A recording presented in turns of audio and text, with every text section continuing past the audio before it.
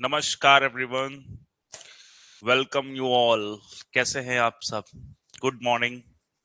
उम्मीद करते हैं सभी लोग बहुत अच्छे होंगे, है ना? तो जल्दी से हमारे साथ जुड़िए। और आज हमने शुरू किया है हमारा मेंस का बैच हम स्टार्ट कर रहे हैं। और उम्मीद करता हूँ आप मेरी आवाज सब लोगों तक आ रही होगी। अगर आ रही है तो एक बार कमेंट करके जरूर हमें बता दें कि हाँ, आई एम ऑडिबल और सब लोग मुझे सुन रहे हैं प्रॉपर, है ना? यस। देखता हूँ किसका कमेंट आ रहा है। Okay. Good morning. Good morning. थोड़ा सुबह का वक्त है और सुबह सुबह उठना भी थोड़ा होता है मेहनत का काम, लेकिन अच्छी बात है ना? सुबह सुबह ही क्लास निपटा ली जाए तो पूरा दिन अच्छा जाता है कि नहीं? चलिए, good morning Manish, good morning और वेलकम यू ऑल। आपका सबका बहुत बहुत स्वागत है ना? उम्मीद करता हूँ आप सभी लोग मन से पढ़ाई कर रहे होंगे। हाँ, थोड़ा तो पढ़ना भी जरूरी है ना। हाँ, अब सुबह उठ गए हो तो थोड़ी मेहनत करो, थोड़ी पढ़ाई करो। यही है, रूटीन बनाओ इसको एक अच्छे से। तो अपनी ये क्लास ना चलेगी। गुड मॉर्निंग जेके। जेके गुड मॉर्निंग। हाँ, ये कैसा नाम रख दिया यार आपने, जेके एच जी है। बहुत बढ़िया नाम है। हाँ, ये थोड़ा यूनिक कर दिया आपने, कोई बात नहीं। Good morning, good morning. चलो जी, शुरू करें फिर। देखो, पहले तो थोड़ा हम करेंगे प्रमोशन। प्रमोशन क्यों? क्योंकि सूचना सबको मिलनी चाहिए, है ना? सबको सूचना का अधिकार भी है। और अगर इंफॉर्मेशन सही मिल जाए तो लोगों का काम भी बन जाता है। तो सबसे जरूरी जो चीज है, good morning Ritesh, good morning. देखो भाई, पहले तो हमारा ये जो बैच है ना, ये बैच रहेगा बाईलिंगुअल। ठीक है? यानी कि द्विभाषीय रहेगा ये। तो इसको हमने हिंदी वाले लोगों और इंग्लिश दोनों के लिए डिजाइन किया है। ठीक है? क्लास को कैसे लेकर आगे चलेंगे, क्या रणनीति होगी, थोड़ा आज उस पर भी डिस्कशन करेंगे, है ना? तो बाइलिंगुअल हिंदी एवं इंग्लिश दोनों मीडियम के हम इसमें कवर करेंगे। और ये जो बैच होगा, ये बैच को हम जीएस पेपर 1 और जीएस पेपर 2 एंड एसए पर फोकस रखेंगे। ठीक है?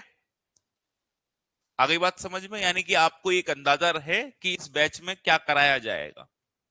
तो जीएस पेपर 1 और जीएस पेपर 2 हम दोनों पार्ट इसमें करेंगे और साथ के साथ ऐसे का पार्ट करेंगे। तो ये कंपोजिट बैच जो आपको हम दे रहे हैं, इस बैच के अंदर हमारा इतना पार्ट कवर करने का उद्देश्य है, जिसमें जनरली हम आज से इसको 3 अप्रैल से शुरू कर रहे हैं। अभी इनिशियल डेज में अभी एक क्लास रहेगी, बाद में इसमें मैं 2 क्लासेस ऐड अप कर दूंगा।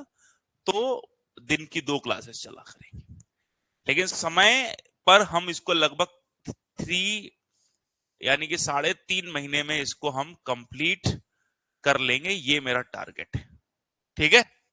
तो ये चीज भी आपको ध्यान रखना है। कितना देर क्लास चलेगा सर? हिंदी में पढ़ाना, टेंशन मत लो यार तुम। क्यों? क्योंकि तुम्हें क्या लगता है हिंदी में नहीं पढ़ाता हूं? मैं हिंदी में भी तो पढ़ाता हूँ। प्रीलिम्स वाला बैच नहीं देखा आपने?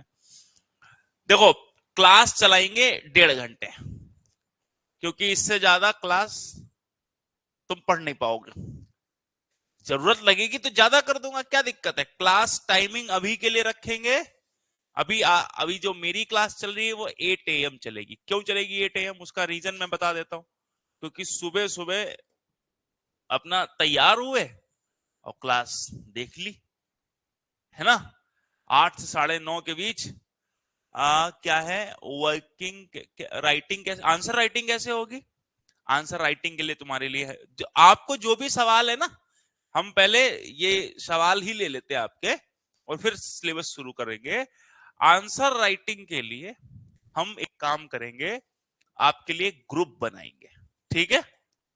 उस ग्रुप में आपने आंसर्स लिखकर सबमिट करने। ठीक है? और फिर हम उन आंसर्स को चेक करवा देंगे, बस। It's quite simple. बोलो, जैसे जो भी आपको पढ़ाया गया, मैं कोशिश ये करूंगा कि आपको डेली एक क्वेश्चन घर से लिखने के लिए दिया जाए, एक क्वेश्चन प्रतिदिन। तो डेली जब हम आपको एक क्वेश्चन लिखने के लिए देंगे, तो आप घर से लिखकर जब लाएंगे, तो उससे क्या होगा, यानी कि एक डिस्कशन मैं ये भी कर दिया करूंगा कि जो क्वेश्चन आप लिखे, अगले दिन मैं उस पर एनालिसिस भी कर देंगे कि तुम्हें अपने क्वेश्चन में ये चीजें डालनी चाहिए थी, है ना। तो सो दैट एक वो वाला हिस्सा भी यहां से पूरा हो जाएगा। और रेगुलर, अच्छा इसमें एक अच्छी चीज मैंने और करी है कि एक तो डेली आंसर राइटिंग प्रैक्टिस तो होगी ही होगी, ठीक है।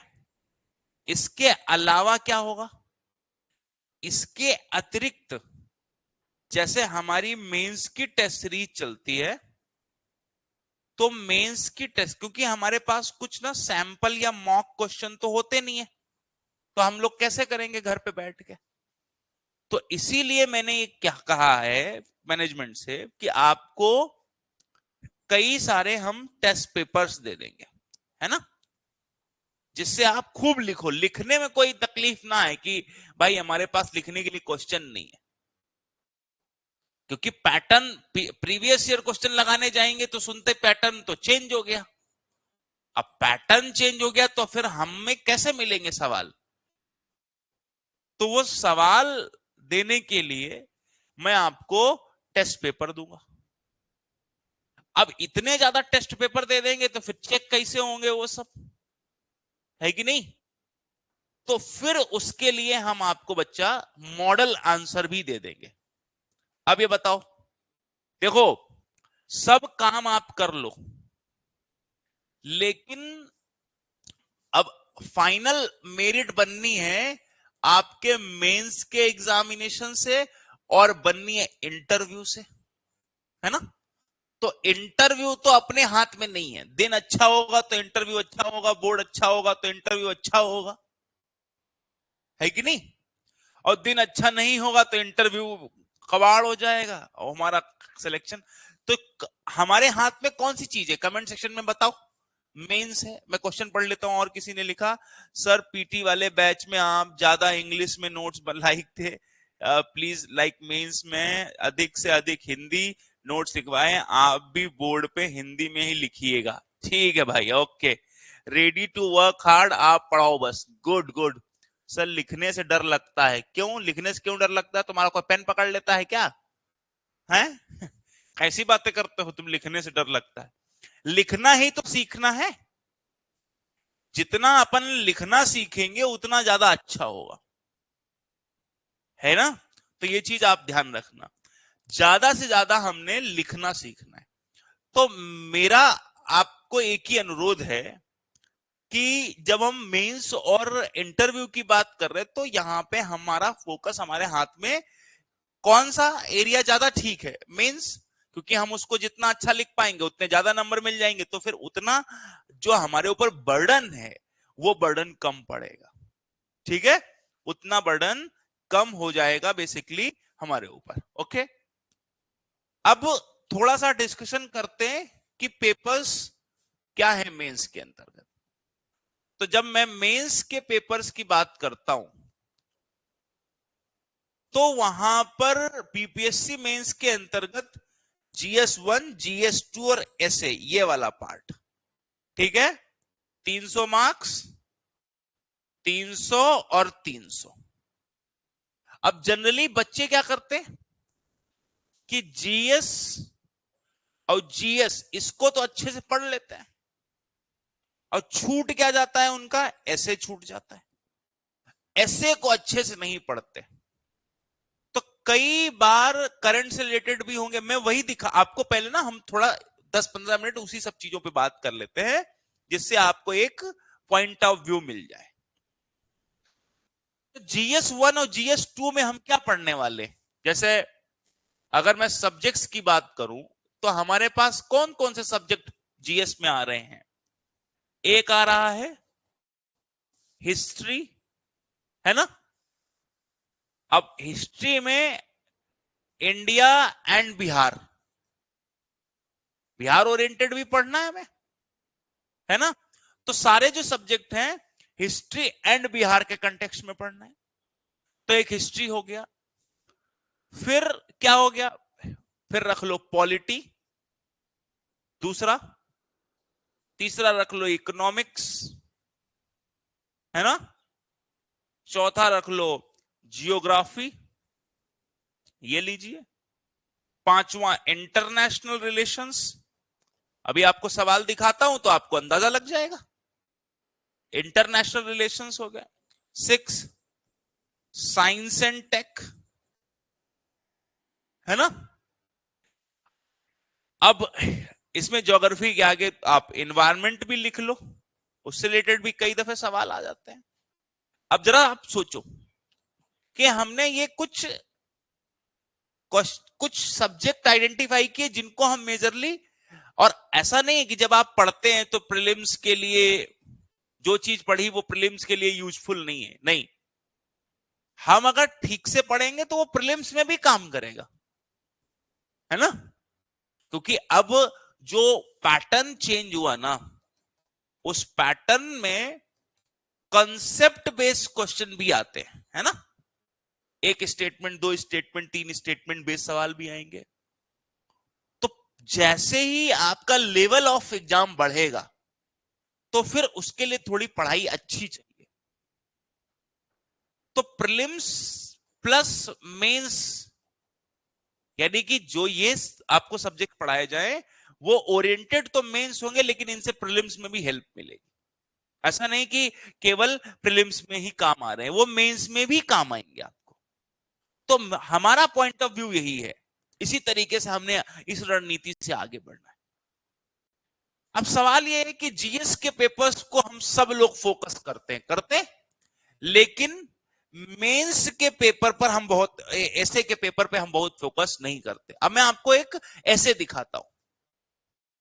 अब जब मैं आपको ऐसे दिखाऊंगा तो आपको रियलाइज होगा कि कुछ सवाल देखने से आपको लगेंगे कि यार ये तो सीधा सीधा जीएस के अंतर्गत हमें पढ़ने थे। अब देखो जरा, ऐसे का पेपर है और क्वेश्चन क्या पूछ रहा है कि science and technology are helpful to understanding the mysteries of universe. विज्ञान और प्रौद्योगिकी, ऐसे के पेपर को देखो आप कि क्या हमारा जीएस वाला पार्ट जो है, अगर मैं जीएस ठीक से पढ़ लूं, ठीक है, जीएस अगर ठीक से पढ़ लूं तो उसके लिए क्या हमें वो हेल्पफुल होता है ऐसे के पेपर में। तो ऐसे कहीं अलग से नहीं बनता, ध्यान रखना, कोई ऐसा नहीं कि अलग बहुत अलग चीज है वो। और हमने ये काम किया इस बार कि जितने भी स्पेशलाइज्ड टीचर होंगे, ऐसा नहीं कि किसी एक ही व्यक्ति से ऐसे पढ़वा दिया। अब एक ही व्यक्ति से ऐसे अगर मैं पढ़वा दूं आपको, तो वो कैसे, ऐसा कैसा संभव है कि वो साइंस का भी उतना ही जानकार हो और वो इकोनॉमिक्स का भी उतना जानकार हो, वो एग्रीकल्चर का भी उतना, ऐसा तो संभव नहीं। फिर वो लीपापोती करते, वो काम अपने को पसंद नहीं है ना। तो हमने यहां पर, आप ऐसे के पेपर को देखो, पहला क्वेश्चन साइंस से संबंधित, साइंस एंड टेक से, है ना। दूसरा क्वेश्चन देखो आप, एग्रीकल्चर से संबंधित है, कृषि व्यवस्था में सुधार कर देश के ग्रामीण अर्थतंत्र को सशक्त बनाइए।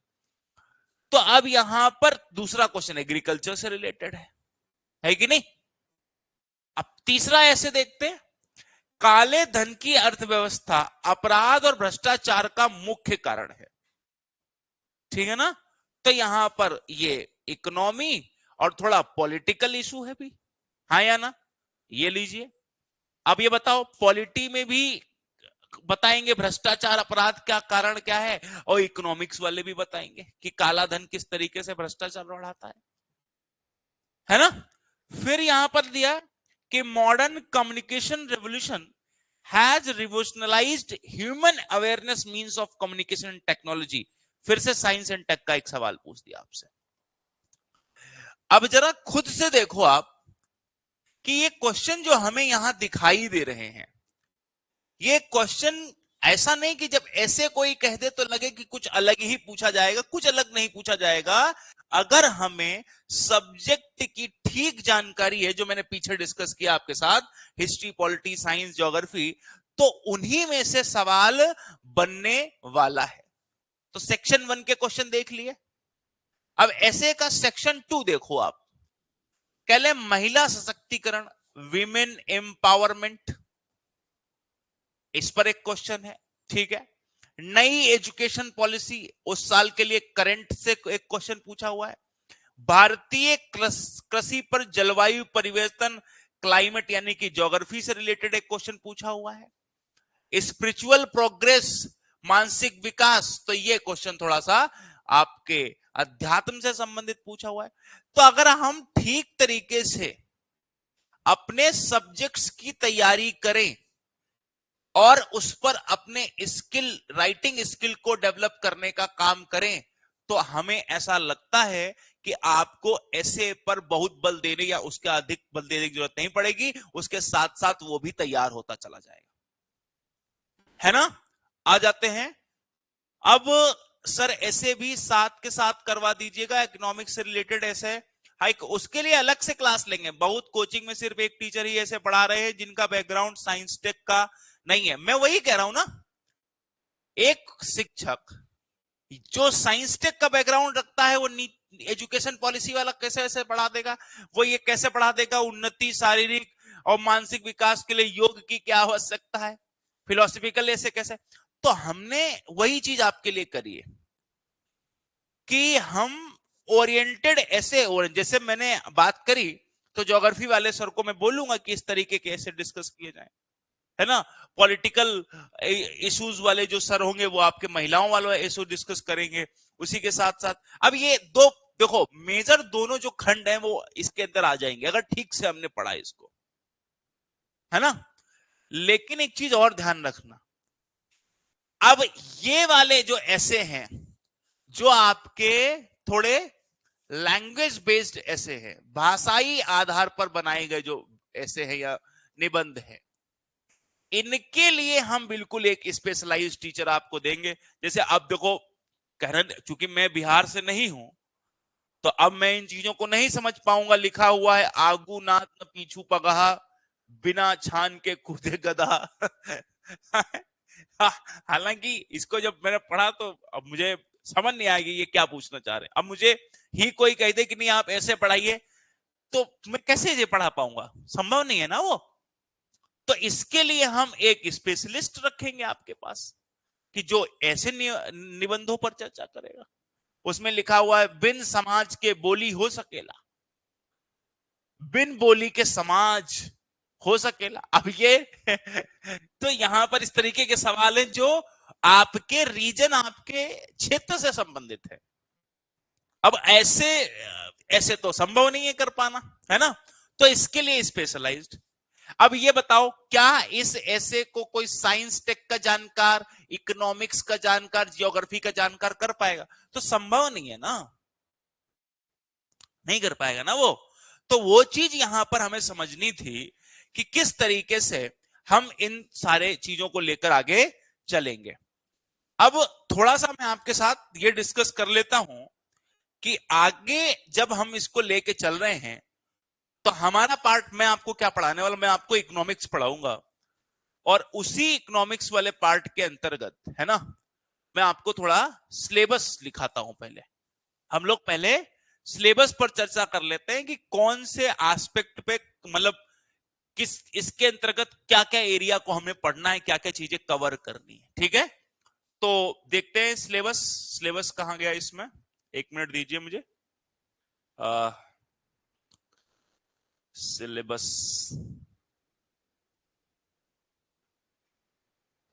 सिलेबस मेंस बीपीएससी, आ जाओ जरा, आइए देखिए। चलो जी, हमने सिलेबस को दो हिस्सों में बांटा है। पहले हेडिंग डाल दीजिए सब लोग, क्या लिखा हुआ है? छोरा छोरी उठा ले जाए तुम्हारे की माटी, क्या लिख दिया भाई साहब है? ठीक है ठीक है यार, मैं उतना अच्छा नहीं हूं इसको पढ़ने में, ठीक है, बट ऑल द बेस्ट जो भी आपने लिखा है। चलिए, तो हम पहले लिखेंगे सिलेबस। तो सिलेबस इंग्लिश वालों देखो, अब यहां पर हिंदी इंग्लिश का दिक्कत आएगा, तो मैंने क्या किया है, इंग्लिश वाला कंटेंट डाल दिया और इसका हिंदी अनुवाद मैं यहां कर दूंगा। तो जब तक हिंदी अनुवाद करूंगा तब तक इंग्लिश वाले नोट कर लेंगे और हिंदी वाले मेरे साथ साथ नोट करेंगे, इससे समय बचेगा।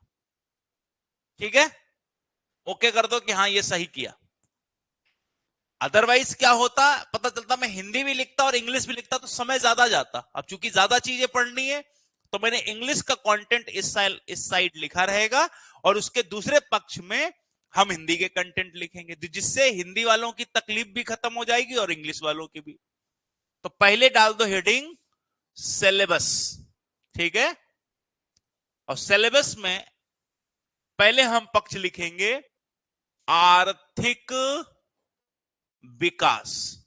हमने दो हिस्सों में सिलेबस को बांटा है, एक आर्थिक विकास और दूसरा कृषि। किसमें बांटा है, कृषि, ठीक है। तो आर्थिक विकास और कृषि दो हिस्सों में हमने सिलेबस को बांट दिया है, ठीक। तो सबसे पहले क्या लिखेंगे, हिंदी वाले लिखिए भारतीय अर्थव्यवस्था, इंडियन इकोनॉमी, ठीक है। फिर लिखिए नियोजन, नियोजन, नियोजन क्या होता है पता है आपको, प्लानिंग जिसको बोलते हैं हम।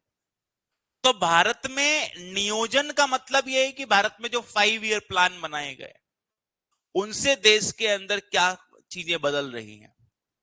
जैसे आपके यहां पर कृषि से संबंधित योजनाएं लागू होती, जिसे कृषि रोड मैप कहते हैं, है ना, वो भी एक तरीके का नियोजन का ही हिस्सा है कि नहीं है, बताओ।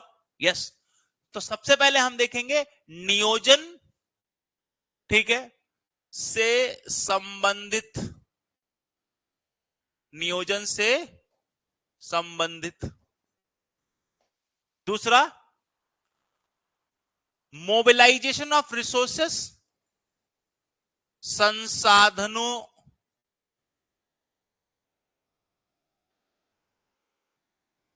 ठीक है, का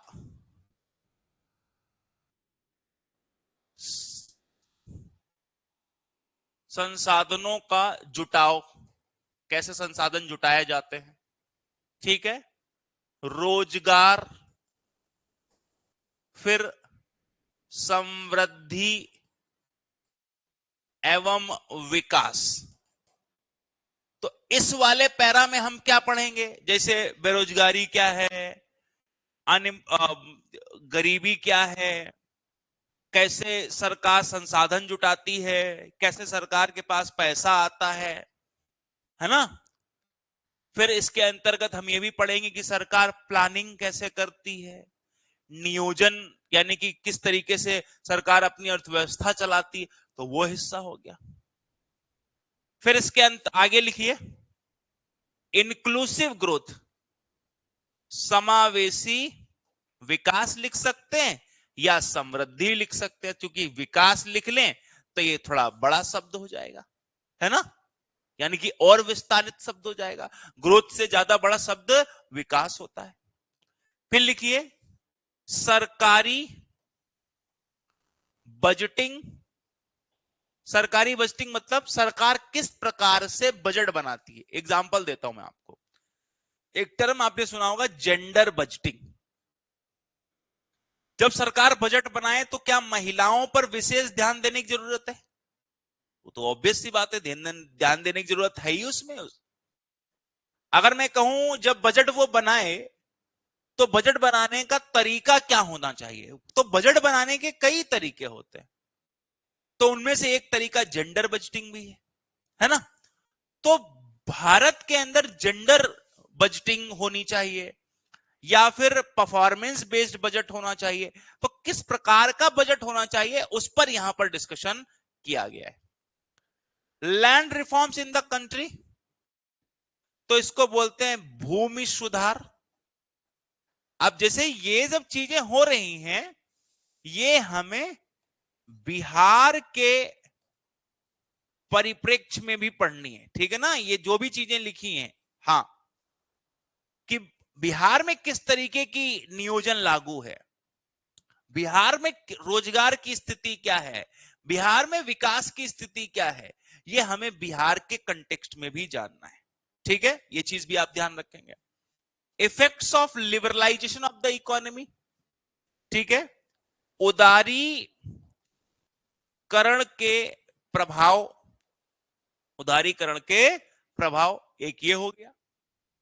चेंजेस इन इंडस्ट्रियल पॉलिसी, औद्योगिक नीतियां पढ़नी हमें, है ना। औद्योगिक नीतियां की अगर बात करें तो कई नीतियां प्रचलित रही भारत के अंदर। एक बड़ी नीति प्रचलित रही जो भारत की पहली नीति थी, इंडस्ट्रियल पॉलिसी 1956। उसके बाद हमने बड़ा आमूलचूल परिवर्तन किया अपनी पॉलिसी में, और न्यू इकोनॉमिक पॉलिसी 1991 लेकर आए हम, है ना। तो इस तरीके की चीजें भी हुई भारत में। इंडस्ट्रियल ग्रोथ, औद्योगिक विकास भी पढ़ना है हमें, ठीक है। यानी कि उद्योगों को कैसे आगे बढ़ाया जाए। फिर अवसंरचना, कि इसके अंतर्गत हम ये भी जानेंगे कि भारत में अवसंरचना का स्तर कैसा है, भारत में इंफ्रास्ट्रक्चर कैसा है, ठीक है। तो अवसंरचना में आज सबसे बड़ी जो जरूरत है वो क्या है, ऊर्जा, एनर्जी, है कि नहीं। ऊर्जा, बंदरगाह, एयरपोर्ट, है ना, या जिसको आप कहते हैं हवाई अड्डा, फिर लिखिए सड़कें। ये सारे तंत्र हमारे इकोनॉमी का हिस्सा है, और इन्हीं से सरकार पैसा भी जुटाती है। उसको पैसे आने का सोर्स भी यही है, पता है। सड़कें, रेलवे, इसके बाद अन्य, ठीक है, अन्य। फिर एक सबसे जो परिचित या सबसे जरूरी चीज है वो है इन्वेस्टमेंट मॉडल, जिसको हम कहते हैं निवेश मॉडल। निवेश मॉडल। अब यहां पर आप देखो, किसी भी देश के आर्थिक विकास के लिए क्या इन्हीं चीजों की जरूरत पड़ती है। तो जरा गौर से देखिए और हम पाएंगे कि हां ये बिल्कुल सही है। भारतीय अर्थव्यवस्था के आर्थिक विकास के लिए नियोजन चाहिए, किया हमने। संसाधन चाहिए, लाएंगे। रोजगार होना चाहिए, समृद्धि, विकास, ये सब होना चाहिए। विकास में भी समावेशी विकास होना चाहिए। समावेशी विकास का मतलब है सबका विकास होना चाहिए, है ना, ठीक है। अब देखते हैं, इससे तो अच्छा हुआ कि आप पीपीटी दे देते हिंदी और इंग्लिश का, ऐसे में ज्यादा टाइम वेस्ट होता है। बेटा हर चीज की पीपीटी दे देंगे तो पढ़ोगे क्या तुम। ऐसे तो मैं तुम्हें किताब भी दे दूंगा, हाँ, लेकिन हर चीज को समझना है ना। ये भी सिलेबस का पार्ट है, इसलिए आपको ऐसा लग रहा है, लेकिन लिखना आपको पड़ेगा, अदरवाइज आप नोट्स कैसे बनाएंगे, ठीक है। तो तुम टेंशन मत लो, हाँ, ठीक है। टिकल डाउन थ्योरी किस में आता है, जो मेंस में पूछा था। टिकल डाउन थ्योरी गरीबी से संबंधित है। तो गरीबी से संबंधित समृद्धि, विकास, समावेशी विकास, इन सब के अंतर्गत आता है, ठीक है। तो टेंशन मत लो, वो हम देख लें। इज दिस क्लियर, आपने लिख लिया, ठीक। अब हम आते हैं कृषि से संबंधित, और जो मैं आपको बता रहा हूं उसका प्रॉपर नोट्स बनाएंगे आप, ठीक है। ये चीज आपको ध्यान रखनी है ना, सर लिखवा कर ही पढ़ाएं, आप ऐसे ही पढ़ाएं, अच्छा, नहीं नहीं टेंशन मत लो, लिखना जरूरी है। लिखोगे नहीं तो फिर वहां आदत नहीं बनेगी ना। ऐसे तो मैं आपको नोट्स भी दे सकता हूं, लेकिन वो काम नहीं करना है, ठीक है। चलिए फिर आते हैं यहां पर एग्रीकल्चर वाले हिस्से में। तो भारत में सबसे बड़ा जो एक चैलेंज है कि क्या भारत के अंदर अलग अलग हिस्सों के अंदर अलग अलग क्रॉपिंग पैटर्न होते हैं। जैसे पता चलता है मध्य प्रदेश की फसलें कुछ अलग है, तो बिहार की अलग है, आसाम की अलग है, और साउथ इंडिया की अलग है। इसको हम कहते हैं क्रॉपिंग पैटर्न। क्या कहते हैं? Cropping pattern. तो क्रॉपिंग पैटर्न भी हमें पढ़ना है, और वो भी डिफरेंट रीजन और डिफरेंट पार्ट्स ऑफ इंडिया में। अच्छा, ये ऐसा क्यों है? अलग अलग रीजन में अलग अलग फसलें क्यों होती? तो उसके कई कारण भी हो सकते हैं। जैसे एक कारण हो सकता है, सबसे बड़ा कारण है जलवायु, हाँ या ना? यही तो कारण है। जैसे मिट्टी, वर्षा, बोलो, सिंचाई व्यवस्था, ये एक बड़े कारण हैं। जैसे मान लीजिए कुछ फसलें जो होती हैं वो वाटर इंटेंसिव क्रॉप होती है, जहां पर हमें फसलों में क्या देखने को मिलता है? जल देखने को मिलता है, यानी कि पानी की जरूरत। जैसे धान की खेती, धान की खेती हर जगह नहीं होगी। धान की खेती वहीं होगी जहां ज्यादा बारिश होगी, या फिर जहां नदियों का बहाव होगा, वहीं हो सकती। अब चाय के बागान वहीं लगेंगे जहां थोड़े स्लोपिंग पैटर्न होंगे खेतों के। दूसरा, वहां पानी भी ठीक मात्रा में बरसता हो। अब चाय की खेती के लिए क्या चाहिए? देखते होंगे पहले एक एक स्लोप बनाते, फिर दूसरा बनाते, फिर तीसरा, इस पे कुछ पौधे लगाए, इस पे कुछ लगाए, और तीसरे में इस पे भी कुछ पौधे लगाए। तो जब बारिश होती है ना, तो इस पे गिरती, फिर यहां से गिर के इधर आती, फिर यहां आती, फिर ऐसे आती। तो पानी ना ठहरता नहीं है, कुछ कुछ समय के लिए ठहरता, और पानी, इनको पर्याप्त पानी मिलता और फिर नीचे बहता जाता। तो स्लोप में इसीलिए होते हैं कि इनको पानी चाहिए भी और नहीं भी चाहिए। लेकिन धान के खेत ऐसे नहीं लगाए जाते, है ना? तो अब इस तरीके के खेत मैदानी इलाकों में तो नहीं होंगे, होंगे क्या? नहीं होंगे। तो फिर वहां चाय की खेती करना थोड़ा मुश्किल हो जाए। समझ में आ गई? क्योंकि वहां पानी बरसेगा तो सारा पानी भर ही जाएगा आगे, और जब वो भर जाएगा तो फिर वो खेती सक्सेसफुल, क्योंकि उसमें ज्यादा लंबे समय तक पानी नहीं चाहिए होता है। ठीक है, चलते हैं। तो एरिगे अगला है सिंचाई। सिंचाई के प्रकार, ठीक है, एवं भंडारण, कि कैसे सिंचाई की व्यवस्था का भंडारण करोगे आप। ठीक। दूसरा, transport marketing of agriculture produce. अब यहां पर हम लिख सकते हैं यातायात, है ना? अब जैसे कृषि के लिए सबसे ज्यादा जरूरी क्या है? यातायात सबसे जरूरी है। और कृषि के लिए सबसे जरूरी यातायात इसलिए भी है क्योंकि आप पोस्ट हार्वेस्टिंग का सीजन जब देखो, जब हमने कोई फसल उगा ली और उस फसल को उगाने के बाद जब हम उसको बेचने जाएंगे ना, तो हमें ट्रैक्टर चाहिए, सड़कें चाहिए, ट्रक चाहिए, चाहिए कि नहीं चाहिए? और जब आप इसको बेच लेंगे तो आपको कृषि विपणन, या जिसको आप कृषि बाजार कहते हैं, वो भी चाहिए, है ना? जिससे कि हम अपने उत्पादों को बेच सके। जैसे हमारे गांव में या जहां हम लोग रहते हैं, कस्बों में, हम अक्सर देखते होंगे कि फसलें काटकर किसान किसी एक बाजार में लाते हैं। उन सभी बाजारों को हम लोग एपीएमसी कहते हैं। क्या कहते हैं? APMC, agriculture produce market committee कहते हैं। ठीक है, तो ये चीज आपको ध्यान रखनी है। तो यातायात, कृषि विपणन, ये एक हमारा, इसको भी हमें पढ़ना है कि किस तरीके से कृषि के अंतर्गत बाजारों की व्यवस्था है। फिर ई टेक्नोलॉजी एड फार्मर्स, तो तकनीकी ई तकनीकी से किसानों को सहायता। क्या जितनी भी टेक्नोलॉजी आ रही है, ये टेक्नोलॉजी किसी भी तरीके से हमारे किसानों को फायदेमंद है? जैसे एग्जांपल लो आप, हमने पहले आपने सुना था कि नहीं, मुझे बताना, कि अब ड्रोन लाए, और ड्रोन से दवाओं का छिड़काव होगा खेतों में, ड्रोन से हम लोग खाद डालेंगे, ये व्यवस्था करी जा रही है। और हर कोऑपरेटिव कमेटी को बोला जा रहा है कि इस तरीके की व्यवस्था अपने यहां लॉन्च करिए। तो टेक्नोलॉजी आई कि नहीं?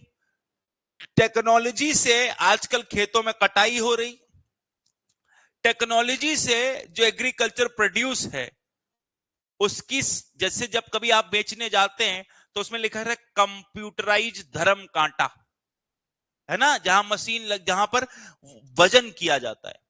तो वजन अगर सही नहीं होगा, किसान को अच्छी फसल, तो देखो टेक्नोलॉजी फायदा पहुंचा रही कि नहीं।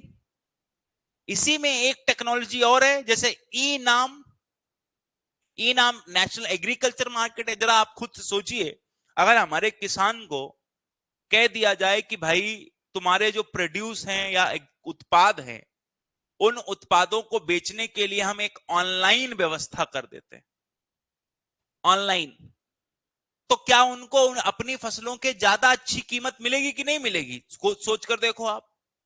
बिल्कुल मिल, जैसे फ्लिपकार्ट बना दिया एक, ऐसे ही सरकार कहती कि हम तुम्हारे लिए एक वेबसाइट बना देते हैं, तुम्हारा जो भी एग्रीकल्चर प्रोड्यूस होगा आप उसी पे डाल देना, और उसको जब वहां पर डाल दोगे तो फिर वो बिकेगा, और जब वो बिकेगा तो भारत में कहीं भी बेचा खरीदा जाएगा, तो उससे आपको फायदा होगा। तो टेक्नोलॉजी का इस्तेमाल आपको समझ में आया कि किसानों के लिए। अब यही टेक्नोलॉजी का इस्तेमाल आप नया नया करते हैं तो कृषि की उत्पादकता बढ़ती। अगर कोई भी व्यक्ति खुद से खाद डाल रहा है यूं यूं करके, ऐसे करके, तो दिक्कत। और इसी टेक्नोलॉजी का इस्तेमाल हम लोग इरिगेशन, सिंचाई में भी करते हैं। सिंचाई के पॉइंट ऑफ व्यू से अगर मैं इस्तेमाल सोचूं, ड्रिप इरिगेशन सुना है आपने? आप देखते हो खेतों में ऐसे करके फव्वारे से घूमते रहते हैं और पानी से सिंचाई होती रहती, उससे पानी की भी बचत होती और पानी का फैलाव भी बहुत दूर तक होता है। ठीक है, तो यहां पर ये चीज आपको ध्यान रखनी है कि किस तरीके से हमारे किसानों को ई तकनीकी फायदा। इससे संबंधित सवाल है अभी, अब याद करो, अभी हम लोगों ने एक चीज देखी थी, ई टेक, ई वाले पर जो मैं अभी यहां पर बात कर रहा हूं, सिलेबस में ही अगर आप देखेंगे तो क्या हमें सवाल मिलता है क्या? आइए जरा देखते हैं। अगर हम यहां पर देखें तो एक क्वेश्चन मैंने अभी देखा था, हाँ, कहां गया? Science and tech, modern communication, science and technologies, ठीक है, इंप्रूविंग एग्रीकल्चर सिस्टम, ठीक है। अब यहां पर improving agriculture system can support, यहां पर देखो क्वेश्चन पूछ रहा है कि एग्रीकल्चर सिस्टम को अच्छा करने के लिए करते हैं तो हमारी ग्रामीण अर्थव्यवस्था मजबूत होती। तो एग्रीकल्चर सिस्टम कैसे अच्छा हो सकता है? तो मैंने जो, अब जरा सोचो आप, जो मैंने आपको सिलेबस बताया उसी का इस्तेमाल यहां पर करो। अगर मैं लिख दूं कि भूमि सुधार पहला, है ना, दूसरा ई एड, किसानों को, मतलब आप दो टेक्नोलॉजी दो यहां पर, इससे अच्छा हो जाएगा। सिंचाई की व्यवस्था अच्छा करो, है ना। तो आप अगर सिलेबस वाले हिस्से भी लिख दोगे यहां तो उससे भी काम हो जाएगा आपका। आप पॉइंट उठाओ वहां से और देखो कैसे एग्रीकल्चर सिस्टम डेवलप हो रहा है, कैसे इंप्रूव एग्रीकल्चर का मतलब क्या है? फसलों का विविधीकरण। अगर मैं आपसे कहूं फसलों का विविधीकरण कैसे फायदेमंद, अच्छा जी जरा बताओ, क्या भारत में पोषण की समस्या है कई क्षेत्रों में, है कि नहीं? जल्दी से यस-या-नो में बताओ जरा, है कि नहीं है? कई जगह तो ऐसा है कि न्यूट्रिशन नहीं है उनके पास, और अगर बेटा न्यूट्रिशन नहीं होंगे उनके पास तो उस चीज की समस्या को दूर कृषि ही कर सकता है। जैसे मान लीजिए, एग्जाम्पल लेते हैं, मोटा अनाज। मोटा अनाज वो फसलें हैं जिन फसलों से, अगर देखा जाए, जिनमें बहुत ज्यादा कार्बोहाइड्रेट होता है, जो सुपर फूड माने जाते हैं, न्यूट्रिशन खूब होता है। तो भैया देश दुनिया का जो, अगर हम देखें तो देश दुनिया की जो समस्या है पोषण की, तो कृषि ही तो दूर कर सकता है। फसलों में विविधीकरण लाइए, मोटा अनाज उगाइए, दूसरी फसलें करिए, धान कम उगाइए, बस हो गया। कृषि विकास भी हो रहा है, ग्रामीण विकास भी हो रहा है, ग्रामीण में स्वास्थ्य भी लोगों का ठीक रहेगा। लेकिन अगर गांव के लोगों को खाली चावल खिलाते रहोगे तो क्या होगा? उनको न्यूट्रिशन नहीं मिलेगा और वो बीमार रहेंगे, है कि नहीं? तो ये चीज आपको यहां पर मैं वही समझाने की कोशिश कर रहा था कि अगर हम सिलेबस भी ढंग से देख लेना, कई बार बच्चे ना सिलेबस ही नहीं पढ़ते, और अगर आपने सिलेबस नहीं पढ़ा तो आप सवाल नहीं कर पाओगे भाई। फिर यहां पर बताया गया कि सब्सिडीज होती हैं प्रत्यक्ष एवं अप्रत्यक्ष सब्सिडी, ठीक है, प्रत्यक्ष एवं अप्रत्यक्ष सब्सिडी। फिर यहां पर लिखा है न्यूनतम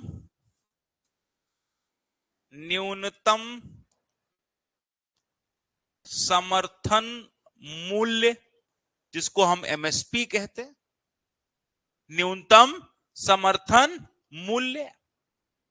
सार्वजनिक, और आजकल तो इससे संबंधित कई समस्याएं भी हैं, है कि नहीं? आजकल देखो किसान जो प्रोटेस्ट कर रहे हैं, धरना दे रहे हैं, वो कौन सी समस्या से संबंधित दे रहे हैं बताओ जरा। आजकल जो किसान धरना दे रहे हैं भारत के अंदर, क्या वो एमएसपी पर ही दे रहे हैं? और एक पब्लिक सर्वेंट होने के नाते, पब्लिक ऑफिसर होने के नाते जनता की समस्याएं सुननी है ना आपको। कल को अगर आप एसडीएम बनोगे तो आपके जुरिस्डिक्शन में कृषि भी आएगा, पता है आपको। और कृषि की मूलभूत समस्याएं अगर आप, अच्छा हम ये क्यों पढ़ रहे हैं, आपको ये पूछना चाहिए कि सर मेरे एसडीएम बनने में, मेरे एक पुलिस ऑफिसर बनने में, ग्राम विकास अधिकारी बनने में, या कोई अधिकारी बन रहे हैं हम, तो भाई इसका क्या योगदान, इसका ही योगदान है भाई। आप एसडीएम बनोगे, आप राउंड पर जाओगे तो आप तो ठाट बाट से बैठे हुए हो, लेकिन जो आपसे रिक्वेस्ट करने वाला आदमी है वो इन्हीं समस्याओं से जूझ रहा होगा, हाँ या ना? जूझ रहा होगा कि नहीं? और आप उस समस्या का निदान या उससे संबंधित उसको समाधान तभी दे सकते हो जब इन समस्याओं से आप रूबरू हो, जब आप इनके बारे में जानकारी रखते हो। अगर आप इनके बारे में जानकारी नहीं रखते तो उसकी समस्याएं सुनोगे और सुनकर इग्नोर कर दोगे, या तो आधी समझ ही नहीं पाओगे, तो उसको जो निदान समाधान दोगे वो अधूरा दोगे या गलत दे दोगे, है कि नहीं? तो हम ड्यूरिंग द प्रिपरेशन हमें ये क्यों पढ़ना है? क्योंकि हमारा जॉब प्रोफाइल ऐसा होगा कि हमें लोगों की समस्याएं सुननी, और अगर हमें लोगों की समस्याएं सुननी है तो हमें फिर इनके बारे में जानकारी रखना भी अनिवार्य है। अब बिहार सरकार कल को बजट बनाती, अब बिहार सरकार बजट बनाती और बजट बनाकर वो कहती कि किसानों को उर्वरकों पर सब्सिडी देंगे, तो आपको पता तो होना चाहिए ना कि उर्वरक पर मिलने वाली सब्सिडी प्रत्यक्ष है, प्रत्यक्ष है, और उस सब्सिडी में किस तरीके से जमाखोरी होती है, किस तरीके से पता चलता है लोग पैसे की चोरी करते हैं, क्या समस्या है। अगर आप जानोगे तभी उस सब्सिडी को किसान तक पहुंचा पाओगे, नहीं तो बीच में ही लोग खा जाएंगे कि नहीं खा जाएंगे। तो इसलिए ये सिलेबस है हमारे लिए, इसलिए ये सिलेबस हमारे लिए डिजाइन किया गया जिसके अंतर्गत हमें ये पढ़ना है। फिर आते हैं सार्वजनिक वितरण प्रणाली। सार्वजनिक वितरण प्रणाली, ये लीजिए। अब ये सार्वजनिक वितरण प्रणाली क्या है? इसी के अंतर्गत हम लोगों को अनाज, राशन बांटा जाता है। तो भारत के अंदर सार्वजनिक वितरण प्रणाली अपने आप में एक बड़ा विषय है। गांव, भारत की बड़ी आबादी बहुत समय तक क्या रही है? बहुत समय तक गरीब रही है। और हालांकि अभी भी, जैसे अभी हाल का बजट बताता है कि भारत में लगभग गरीबी के जो आंकड़े हैं वो 11% पर है, यानी कि भारत में गरीबों की संख्या कितनी बताई जा रही है कि 11% लोग गरीब है। सरकार तो यह भी क्लेम करती कि पिछले 10 सालों में हमने 25 करोड़ लोगों को गरीबी से बाहर निकाला है।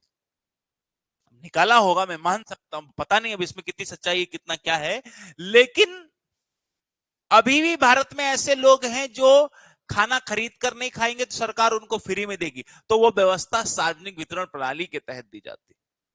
यह भी एक बड़ा मुद्दा है भारत के अंदर कि सही तरीके से लोगों को खाना मिलता है या नहीं मिलता। एक और चुनौती, खाद्य सुरक्षा। अब खाद्य सुरक्षा के लिए हमने क्या किया? बफर स्टॉक बनाया। बफर स्टॉक क्या होता है पता है आपको भैया? बफर स्टॉक हम कहते हैं एक्स्ट्रा जो भी हमारे पास राशन होता है, जो भी एक्स्ट्रा हमारे पास राशन होता है उसको जमा करते हम, और जमा करके जो हम रखते हैं ना वो हमारा बफर स्टॉक है। पहले क्या होता था, दो आपको हाथ से बताता हूं मैं। 1943 की बात है, बंगाल में सूखा पड़ता है और बंगाल में लोग भूख से बिलखते हैं, तड़पते हैं, लेकिन उस समय की ब्रिटिश सरकार उनको खाना नहीं दे पाती। इतिहास हमें यही बताता है, हम यही पढ़ते हैं कि बंगाल में आए हुए सूखों की वजह से लाखों लोगों ने अपनी जान गंवा दी क्योंकि खाने की समस्या हो गई। लेकिन इसका दूसरा आयाम, दूसरा पक्ष है कि भारत तो हमेशा से एक कृषि प्रधान देश रहा है कि नहीं? बताओ जरा, कैसा देश रहा? Agrarian economy. बोलिए, भारत कैसा देश था? कृषि प्रधान देश था। तो क्या कृषि प्रधान देश में इतना भी उत्पादन नहीं होता कि वो लोग अपने लोगों की भूख मिटा सकें? तो फिर कैसा कृषि प्रधान देश हुआ भाई? तो आपको ध्यान रखना है कि कृषि प्रधान देश था, उत्पादन भी पर्याप्त था। जो ब्रिटिश सरकार के पास स्टॉक हुआ करता था ना, वो क्या करती, 1939 से 1945 के बीच में द्वितीय विश्व युद्ध चला। अब सही वजह अगर हमें नहीं पता होगी तो हम मान लेंगे कि सूखा जिम्मेदार है मौत का। यही तो मान लेंगे कि सूखे की वजह से, अब सूखा आ गया तो उसमें क्या ही ब्रिटिश सरकार कर पाए? नहीं, ब्रिटिश सरकार का भी रोल है इसमें। कैसे रोल है? कहते हैं 1939 से 1945 के बीच में द्वितीय विश्व युद्ध। तो जो इनके पास अतिरिक्त राशन भी है, वो राशन इन्होंने द्वितीय विश्व युद्ध वाले लोगों को दे दिया। अब जब जो राशन बंगाल में आए सूखे वाले लोगों को मिलना चाहिए, वो राशन लड़ाई में लगा दिया गया। तो अब बताओ, क्या हमारे देश के अंदर सूखे का अतिरिक्त प्रभाव देखने को मिलेगा और उसके बहुत ही भयावह परिणाम देखने को मिलेंगे? ऐसा ही तो होगा, और यही हुआ भी। और उसके बाद भी एक बात आई, 1965, और उस समय भी सरकार इससे सीखी नहीं। 1943 के हादसे से 1965 का दौर आया। 1965 में भी भारत में सूखा आया, और अक्सर सूखे की समस्या बनी रहती थी, और खासकर सौराष्ट्र, विदर्भ, भारत के कुछ ऐसे हिस्से जहां तो सूखा हमेशा ही बना रहता।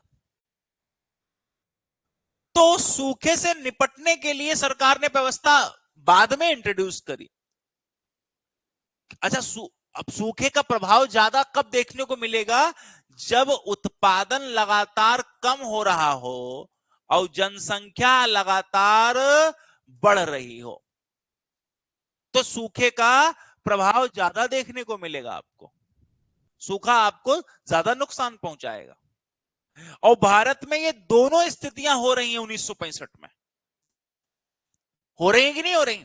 कि पता चलता है कि जनसंख्या बढ़ती जा रही है और उत्पादन कम हो रहा है, तो और ज्यादा मिसमैच हो जाएगा, और ज्यादा भयानक प्रभाव देखने को मिलेंगे। इन सब से सीखना पड़ेगा आपको। आप देखेंगे कि 1966-67 के बाद से भारत में लगातार हरित क्रांति को बढ़ावा दिया गया, जिसने वीट यानी कि गेहूं, राइस, चावल, इनके उत्पादन पर ज्यादा फोकस किया, जिससे कि जल्दी से जल्दी लोगों तक चीजें पहुंचे। यह उद्देश्य बनाया गया। तो एक चीज हमें समझ में आ गई है कि हरित क्रांति के बाद, लेकिन उसके बाद हमने मान लिया, ठान लिया एकदम कि भारत में खाद्य सुरक्षा पर ज्यादा फोकस, और आज इंडिया वो स्थिति में पहुंच गया कि भारत के पास अपने जरूरी यानी कि जितना हमें नीड है फूड की उतना तो है ही हम, और कुछ मामलों में तो वर्ल्ड में लीडिंग कंट्री है हम उत्पादन के मामले में, टॉप 5 इकोनॉमीज में आते कृषि उत्पादन के मामलों में। और अब तो हम बफर स्टॉक भी रखते हैं। अक्सर आप सुनते होंगे पड़ोसी मुल्कों को भारत के द्वारा गेहूं चावल इस तरीके की मदद मानवीय आधारों पर दी जाती, सुनते हैं? जैसे कोविड-19 आया, हमने पड़ोसी मुल्कों को दवाइयां दी और जरूरत का खाने का सामान भी दिया। इसी से संबंधित पिछले दिनों आपने देखा होगा तालिबान जब एक्वायर कर रहा था, तालिबान एनेक्स कर रहा था पूरे अफगानिस्तान को, तो तालिबान जब अफगानिस्तान में रूल करने के लिए, कंट्रोल करने के लिए गया, तो जनता तो बेचारी है। अब जनता को इस पूरे पॉलिटिकल सिस्टम का की मार क्यों सहनी पड़े? तो सरकार ने ये ना देखते हुए कि तालिबान कंट्रोल कर रहा है, एक विद्रोही ग्रुप है या कैसा ग्रुप है, उससे फर्क नहीं पड़ता, बल्कि सरकार ने तालिबान की मदद करी। और आज अफगानिस्तान में ये जो अफगानिस्तान के संबंध भारत से ठीक है, पाकिस्तान से खराब है उल्टा, है ना? तो ये चीज भी आपको ध्यान रखनी है कि इनसे संबंधित भी। ठीक है, टेक्नोलॉजी मिशन तो हम लिख सकते हैं तकनीकी मिशन, कि इनसे संबंधित तकनीकी मिशन का मतलब है कि ऐसे कोई भी मिशन जिसके अंतर्गत आर्थिक क्रियाओं को बढ़ावा दिया जाए। ठीक है, फूड प्रोसेसिंग, भारत के अंदर सबसे बड़ी जो जरूरी चीज है वो है खाद्य प्रसंस्करण। क्या है भैया? खाद्य प्रसंस्करण। अब खाद्य प्रसंस्करण के अंतर्गत इसमें लिखा है डाउन स्ट्रीम अपस्ट्रीम, आप इतना ही लिख लो, इसके अंदर मैं सारा पढ़ा दूंगा। हमने इस तरीके से सिलेबस को बनाया, ठीक है? तो 2 मेजर हिस्सों में इसको बांटा गया, कृषि और कृषि के बाद आर्थिक विकास। अब जब हमने दोनों हिस्सों में इसको बांट लिया, तो इससे हमारे लिए अंदाजा हो गया कि हमें आर्थिक विकास के लिए क्या जरूरी था, और कृषि एक अलग से, जो कि कृषि के अंतर्गत पूरी जो ग्रामीण अर्थव्यवस्था है वो निर्भर करती। और भारत आज भी ग्रामीण भारत में बसने वाला एक भारत है ना? जनरली शहरों में कृषि उत्पादन कम देख, क्योंकि शहरों में औद्योगिक चीजें ज्यादा होती, सेवा क्षेत्र ज्यादा है। लेकिन जब मैं बात करता हूं कृषि की, तो कृषि ग्रामीण क्षेत्रों का आधार है, तो वहां पर ये चीजें आपको ज्यादा देखने को मिलती। ठीक है, उम्मीद करते हैं सब लोगों ने सिलेबस लिख लिया होगा। एक बार सभी बच्चे कमेंट करके ओके करते हैं कि हाँ जी हमने लिख लिया और समझ भी लिया कि इसके अंदर हमें क्या क्या पढ़ना है। फिर आप नए टॉपिक की शुरुआत करें, जिससे कि थोड़ा बहुत एक आइडिया लग जाए कि भैया हम लोग आज की क्लास को स्टार्ट कर रहे हैं। सभी लोग एक बार यस कर दो भाई, फटाफट जल्दी से। हाँ, यस करोगे तभी मैं आगे चलूंगा। हाँ जी, ग्रेट। चलें फिर आगे शुरू करें। ठीक है, बिल्कुल अच्छे से, ओके ग्रेट, बहुत बढ़िया सर। सिलेबस पीडीएफ दीजिएगा सब। तुम नितेश, तुम्हारी हरकतें मुझे अच्छी नहीं लग रही अभी। ऑल क्लियर है, पीडीएफ वगैरह सब मिल जाएगा जब तुमने लिख लिया। पीडीएफ मिले ना मिले, लेकिन मिलेगी पीडीएफ, टेंशन मत लो। ठीक है, बहुत ही कलाकार है ये बालक। आ जाओ, अब हम शुरू करेंगे। पहले तो हमारा ये जो सिस्टम है वो इस चीज पर टिका हुआ है कि आजादी से पहले का भारत कैसा भारत था, है ना? तो हमने यहां पर भारत को ऐसे देखना है। एक सेकंड देना। चलिए, ये लीजिए, इसमें ब्लैक की जगह मैं इसको क्या कर लेता हूं, व्हाइट कर लेता हूं। ठीक, चलो जी, अब इधर देखो। ठीक है, तो हम लिखेंगे भारतीय अर्थ व्यवस्था। ठीक है, और भारतीय अर्थव्यवस्था में हम लिखेंगे, अच्छा इंग्लिश वाले भी लिखेंगे अब, इंडियन इकोनॉमी। ठीक है, क्या लिखना है पता है? आजादी से पूर्व भारत। ठीक है, हिंदी में इंग्लिश में लिखिए, इंडिया बिफोर इंडिपेंडेंस। ठीक है, और इसको और अच्छे तरीके से कैसे समझा जाता है? ब्रिटिश काल। क्या कहते हैं इसको? ब्रिटिश काल। ऐसे लिख सकते हैं, ब्रिटिश एरा, ऐसे। ठीक है। आ बड़ा बड़ा लिखिए सर, दिखी नहीं देते मुझे। अरे इससे बड़ा लिख देंगे तो फिर क्या, कैसे चलेगा? फिर तो हम लोग वही नहीं कर पाएंगे। थोड़ा समझा करो। दिखाई दे रहा है सबको? किसी को नहीं दिख रहा? जल्दी से बताओ, फटाफट कमेंट करके बता दो कि आपको विजिबल है ये।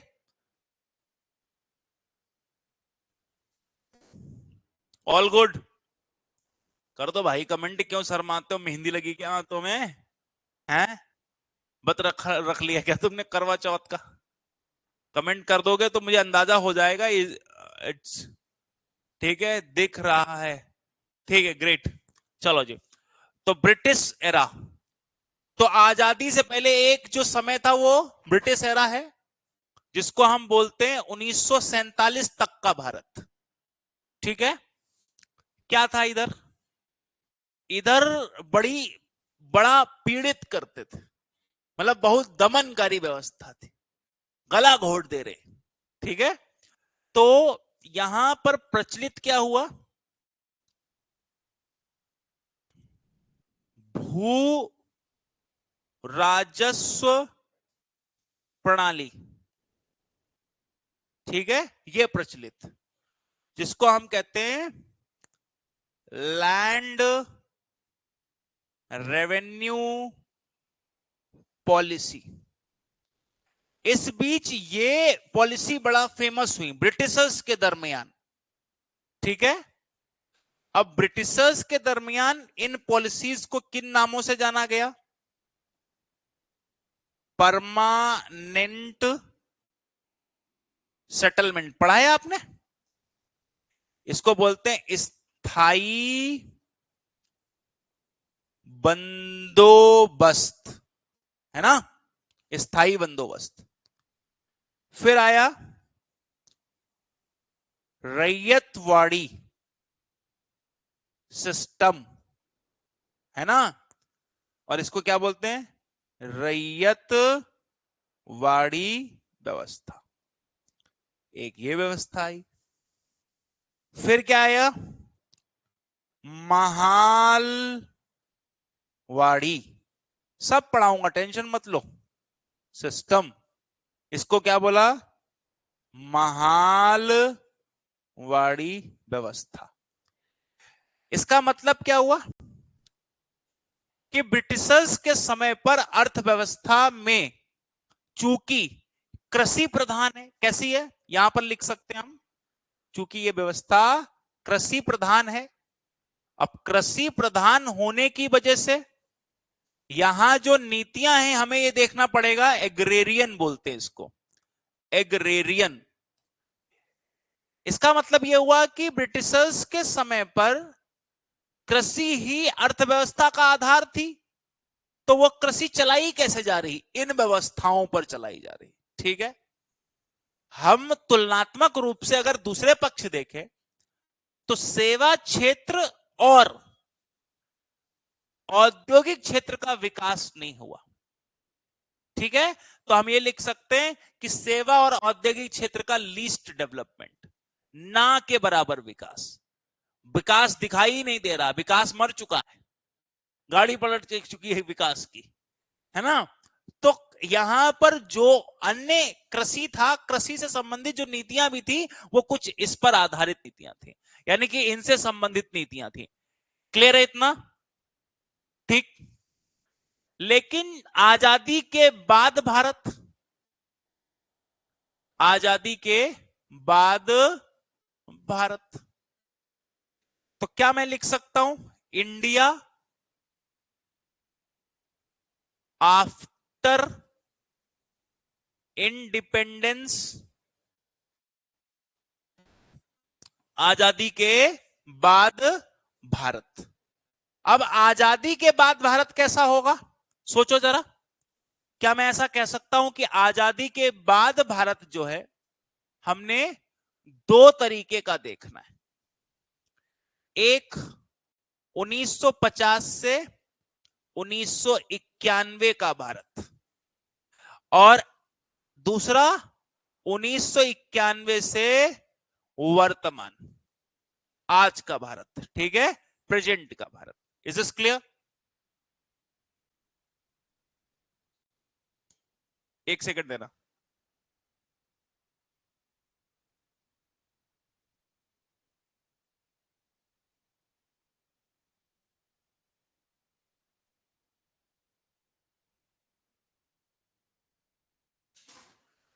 यहां तक क्लियर है सबको कि आजादी के बाद भारत को हम कैसे देख सकते हैं? एक तो 1950 से 1991। आप बोलोगे 1947 क्यों नहीं लिखा? क्योंकि ये भारत का संविधान जो है ना 1950 में ही लागू हुआ था। भारत का संविधान 1950 में लागू हुआ, और 1991 तक, 1947 से 1991 के दरमियान अधिकांशतः कानून भारत में वही लागू रहे जो ब्रिटिश के समय लागू थे। उनको थोड़ा बहुत संशोधित कर लिया गया।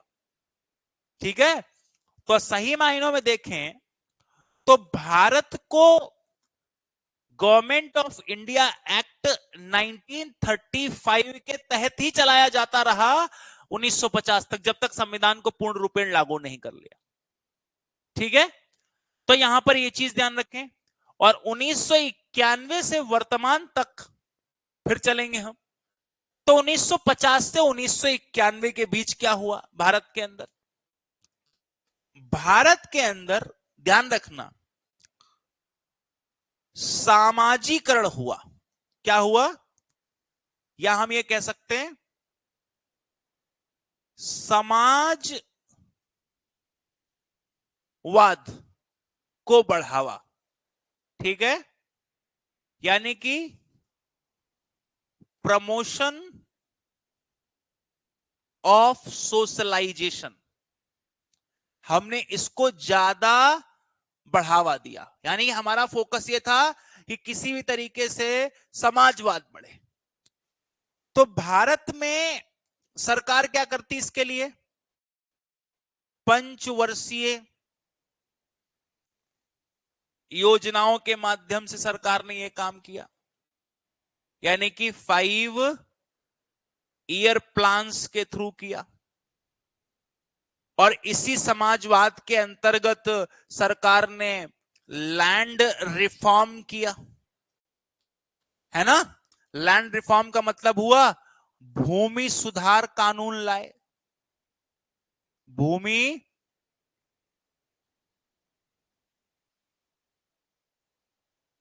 सुधार कानून लाए।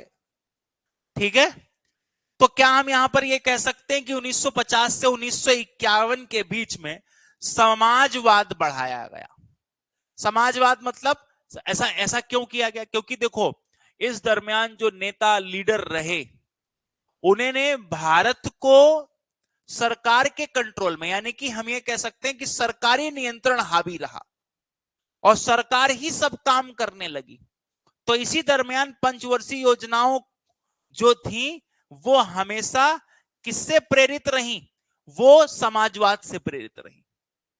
और इसीलिए यहां पर हम देखेंगे कि सरकारी कंपनियां, बैंकों का राष्ट्रीयकरण, अगर मैं इसको और एग्जांपल में लिखूं तो इसी दरमियान आपको सरकार का हस्तक्षेप, सरकार की नई औद्योगिक नीति, तो वो सब चीजों में आपको सरकार का ही कंट्रोल दिखाई देगा। सरकार ने बाकी लोगों के लिए उतना एरिया नहीं छोड़ा और क्या कहा कि सारा काम वो खुद करेगी। और यहां पर लोक कल्याण, या जिसको आप पब्लिक वेलफेयर कहते हैं, उसको केंद्र बिंदु में रखा। केंद्र में किस चीज को रखा? लोक कल्याण को, कहा लोगों का भला जरूरी है। अब ऐसा इसलिए भी कहा, जरा सोचिए आप, जब 1947 में हम आजाद हुए होंगे तो आजादी के उस संघर्ष में महिलाएं, बच्चे, किसान, गरीब, अनटचेबल्स जिनको कहा गया, उन सबको शामिल कर दिया गया। तो उन सबने वो लड़ाई लड़ी। तो 1947 के बाद वो उम्मीद सरकार से क्या रखेंगे? यही तो रखेंगे ना कि देश आजाद हो, और जब वो देश आजाद हो तो उसमें गरीब महिलाओं को उनके अधिकार मिले। महिलाओं को भी ये अधिकार मिलना चाहिए कि वो वोट दे सके, महिलाओं को भी पढ़ने का अधिकार मिलना चाहिए, है ना? महिलाओं को भी नौकरी करने का अधिकार मिलना चाहिए, नौकरी निकले तो महिलाओं को भी उसमें वैकेंसी में, मतलब उन वैकेंसीज निकाली जाए, यही तो चाहते होंगे वो। उसी तरीके से जब वो आजादी में भाग ले रहे हैं, किसान है, वो किसान क्या चाहते हैं कि जो उनका शोषण किसने किया है, जो शोषण उनका किया गया है बेसिकली जमींदारों के द्वारा, साहूकारों के द्वारा, अब वो शोषण आगे ना हो, है ना? तो इसी तरीके से गरीब आदमी क्या चाहता होगा? गरीब आदमी ये चाहता होगा कि किसी भी तरीके से देश के अंदर और उसकी गरीबी दूर हो, भुखमरी दूर हो, रोजगार मिले। अब ऐसे में आप अर्थव्यवस्था सरकार को सरकारी नियंत्रण में रखनी चाहिए, या फिर ये अर्थव्यवस्था सरकार को प्राइवेट लोगों को दे देनी चाहिए? आप अपना आंसर दीजिए। अगर 1947 के बाद आप होंगे तो आप विकास के नाम पर यह अर्थव्यवस्था निजी क्षेत्र के लोगों को सौंप देंगे या सरकारी नियंत्रण में रखेंगे? कमेंट सेक्शन में बताइए, जल्दी बताइए। हाँ जी, कि अगर आपको किस में रखेंगे? मनीष ने कहा गवर्नमेंट में रखेंगे, ठीक है जी। बाकी के लोग आंसर करो भाई। गवर्नमेंट के कंट्रोल में रखेंगे, ठीक है, एंड रेस्ट ऑफ ओके सरकारी नियंत्रण में। तो आपको लॉजिक पता चल गया कि 1950 से 1991 के दरमियान भारतीय अर्थव्यवस्था पर सरकारी नियंत्रण क्यों हावी रहा। ठीक, लेकिन सरकारी नियंत्रण की कुछ खामियां हैं। जैसे आप में से सब लोगों को पता होगा कि हर कोई चाहता है, जैसे आपकी नौकरी लग जाएगी जब सरकारी, और आपकी प्राइवेट नौकरी लगे, दोनों में क्या अंतर है? जब आपकी प्राइवेट नौकरी लगेगी तो आपको अपने ब्याह के लिए लोगों को ढूंढने जाना पड़ेगा, उनके घर जाना पड़ेगा, कहना पड़ेगा कि जी मेरी नौकरी तो है लेकिन मेरी प्राइवेट नौकरी है, तो लोग भगाई देंगे, भाग जाए ऐसा। कोई इज्जत नहीं प्राइवेट वालों की। क्यों? क्योंकि उन्हें पता है कि ये कभी भी निकाल दिया जाएगा, इसकी नौकरी का कोई ठिकाना नहीं है, फिक्स नहीं है। लेकिन वहीं अगर तुम्हारी सरकारी नौकरी होती, बिहार में तो बहुत है, अगर तुम्हारी सरकारी नौकरी लग जाए तो तुम भारत के किसी भी कोने में नौकरी करो, तुम्हारे घर वालों के घर जाके वो रिश्ता पक्का कर देंगे, तुमसे पूछेंगे भी नहीं कई दफे, तो है ना? तो आप इस चीज से समझो। आप क्यों, अगर पूछा जाए, एक लड़की के पिता से पूछे कि आपने इनको बताओ जरा, आपने शादी क्यों फिक्स करी, प्राइवेट वालों को क्यों नहीं करी, तो क्या आंसर देता वो यही तो कहता कि अरे भैया सरकारी नौकरी में बहुत आराम, सुबह जाओ काम करो थोड़ा बहुत, नहीं तो पूरे दिन मत करो, पैसा आता रहेगा, है कि नहीं? यानी कि उसको भी पता है कि सरकारी नौकरी बहुत आराम पसंद है, उसमें ज्यादा काम नहीं करना है। तो ऐसी सिचुएशन में हम इससे एक बात अंदाजा लगा सकते हैं कि सरकारी तंत्र धीरे धीरे क्या होता है, स्लो पड़ जाता है, ठीक है। और कई तो ससुर अपने बच्चियों के शादी इसलिए भी कर देते हैं कि अरे वो फलानी नौकरी में ऊपर की बहुत कमाई है ना। तो भारत का सरकारी तंत्र भ्रष्टाचार की भेंट चढ़ा कि नहीं? भारत का सरकारी तंत्र इनइफेक्टिवनेस यानी कि अप्रभावी कार्य कुशलता के लिए, यानी कि कार्य अकुशल हो गया। वो लोग बैठे हुए हैं, आप बैंक चले जाओ, वो गुटखा खा रहा, और बताओ क्या हाल है, वो बोल कुछ कर ही नहीं रहा है, आप उसको, और भाई साहब मेरा काम को तो वो डांट दे रखा है, वहां बैठे हुए लोग, है कि नहीं? तो आपने ये चीज महसूस की कि जब पूरा तंत्र 1950 से 1991 के बीच सरकारी हो जाएगा तो क्या उत्पादकता बढ़ेगी या धीरे धीरे करके कम होने लगेगी? तो सरकार का हस्तक्षेप ज्यादा, तंत्र पर कंट्रोल ज्यादा, तो धीरे धीरे उत्पादकता नीचे आने लग गई, नौकरियां कम होने लग गई। लोग नौकरी तो कर रहे हैं, उत्पादन नहीं बढ़ रहा, भ्रष्टाचार चरम पर आ गया, विदेशी कंपनियां भारत में निवेश करने से कतराने लग गई और भारत में निवेश कम हो गया क्योंकि सरकारी राज ज्यादा है। कैसे? एग्जाम्पल लीजिए, मान लो कोई विदेशी कंपनी भारत में एक शराब की फैक्ट्री लगाना चाहती, लगाइए, कोई दिक्कत नहीं, दुनिया शराब बना रही है, आप भी बना लीजिए। लेकिन सरकारी तंत्र क्या करेगा कि उस को लाइसेंस देने के लिए पहले पैसे खाएगा, कई दिनों तक फाइल पड़ी रहेगी और विदेशी कंपनियों को इस तरीके के कई जगह पर भ्रष्टाचार के निशान देखने को मिलेंगे। इससे विदेशी निवेश प्रोत्साहित होगा या हतोत्साहित हो जाएगा? हतोत्साहित हो जाएगा, यानी कि वो डिमोटिवेट हो जाएगा। वो लोग कहेंगे बताओ कैसा देश है। और भारत में सरकारी, अब सरकार क्या लोगों से कह चुकी फ्री अनाज, फ्री राशन ये सब बांटेंगे तो सरकार को भी पैसे की जरूरत होगी खूब, तो ये लोग कंपनियों पर या विदेशी मुल्कों पर या अन्य लोगों पर कर का दबाव भी खूब डालेंगे। डालेंगे कि नहीं? क्योंकि पैसा तो होगा नहीं। अब ऐसे देश के अंदर एक्सपोर्ट तो बढ़ेगा नहीं विदेशी लोगों को, और यहां पर अर्थव्यवस्था का नेचर जो है वो बंद अर्थव्यवस्था का है। बंद अर्थव्यवस्था मतलब क्लोज्ड इकोनॉमी के जैसी अर्थव्यवस्था है। यहां आयात निर्यात असीमित नहीं, बहुत सीमित है, लिमिट भर आयात निर्यात कर सकते हैं आप ऐसी अर्थव्यवस्था में। अब जब आप खुद ही लोगों को, क्योंकि आप क्या चाह रहे हो, आप लोगों को अपने देश के अंदर आने नहीं देते। क्यों नहीं आने देते? तो कहते जी हमने एक बार आने दिया था ईस्ट इंडिया कंपनी को, तो फिर वो गई नहीं, हम तो नहीं आने देंगे।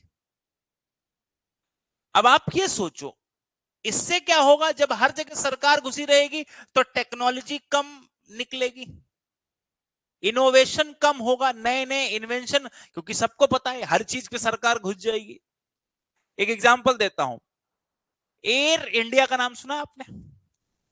इसको भारत में रतन जेआरडी टाटा लाई, एविएशन सेक्टर की शुरुआत करी उन्होंने, शायद 1932 या 1934 में उन्होंने पहली बार फ्लाइट उड़ाई। उसके बाद उन्होंने एक कंपनी बना ली अपनी टाटा के नाम से। 1954 में, अब देखो कितनी मेहनत करके जेआरडी टाटा ने वो कंपनी बनाई, जहाज कि हम एयर मतलब इस तरीके की सुविधा देंगे भारत के अंदर, हवाई अड्डा रहेगा और फ्लाइट उड़ेगी, खूब पैसा कमाई होगी, तो सोचा ये काम करेंगे। लेकिन 1954 में सरकार ने, चूंकि समाजवाद है, क्योंकि सरकार का नियंत्रण ज्यादा है, इसलिए सरकार ने देखा वहां कमाई बहुत है, तो पता चलता है कि वो टाटा को अपने में ले लिया और उसे सरकारी बना दिया। तो क्या यहां हम ये कह सकते हैं कि सरकार, हर जगह सरकार हस्तक्षेप करेगी तो एक दमनकारी, यानी कि वो दबा, सरकार यही कोशिश करेगी किसी भी तरीके से बस पैसा निकाल लो, खूब पैसा आ जाए। और पैसा क्यों आ जाए? क्योंकि उसको कृषि के कानून लागू करने हैं, सुधार करना है, किसानों को पैसा बांटना है, रोटी कपड़ा मकान देना है, पंचवर्षीय योजनाएं बनानी है, सिंचाई की व्यवस्था करनी है ना? ऐसे में सरकार के हाथ क्या लगेगा? सरकार के हाथ कुछ नहीं लगेगा। सरकार इस तरीके के, अब आप खुद सोचो, एक एग्जांपल दे रहा हूं मैं आपको कि एक अर्थव्यवस्था, जैसे आपको मैं दो विकल्प देता हूं, एक अर्थव्यवस्था जहां पर आपको सरकार के नियंत्रण में काम नहीं करना है, यानी हर चीज में सरकार खूब ऊंचा टैक्स ले, सरकार कहे लाइसेंस लो, सरकार कहे कि परमिशन लेना पड़ेगा कोई भी काम करोगे, एक तो वो अर्थव्यवस्था। और एक अर्थव्यवस्था वो, और मान लो कल को वो बिजनेस सक्सेसफुल भी हो जाए तो उसके ऊपर सरकार कंट्रोल कर लेगी कि अरे ये तो बहुत कमा रहा, लाओ हम ले लेते हैं। और सरकार ने ये किया भी है। और एक अर्थव्यवस्था जहां पर सरकार ये कहती कि कोई चिंता मत करो, तुम खूब कमाओ, और जब कमाना तो उस कमाने से मुझे एक टैक्स दे देना। ठीक है, दो ऑप्शन तुमको दिए मैंने, तो तुम बताओ एज अ कंपनी वाले, या एज अ इन्वेंटर, या एज अ प्रोड्यूसर, आप बताओ आपको कौन सी अर्थव्यवस्था में ज्यादा अच्छा लगेगा और उत्पादन आप ज्यादा मेहनत से करोगे, फर्स्ट में या सेकंड में? बताओ कमेंट सेक्शन में कि आप कौन सी अर्थव्यवस्था में ज्यादा उत्साह के साथ करेंगे कि नहीं जी यहां काम करना है, खूब मेहनत करूंगा मैं। पहले में काम करोगे या दूसरे में काम करोगे, बताओ जरा।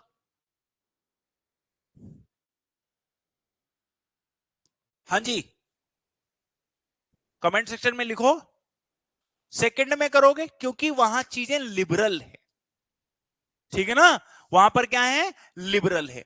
तो ये चीज आपको समझ में आ गया होगा कि भारत में इस फेज में, यानी कि जो 1950-1951 का फेज है, इस समय बहुत तेजी से विदेशी निवेश, निजीकरण, ये सब बढ़ता हुआ क्यों दिखाई नहीं दिया है, जहां पर गवर्नमेंट का इन्वॉल्वमेंट बहुत कम हो। यस, अच्छा जी, तो सरकार को एक बात का अंदाजा हो गया होगा कि ऐसे तो देश नहीं चल पाएगा। और फिर सरकार ने क्या किया, 1991 से लेकर वर्तमान के बीच में सरकार ने एक नया सिस्टम किया। क्या किया?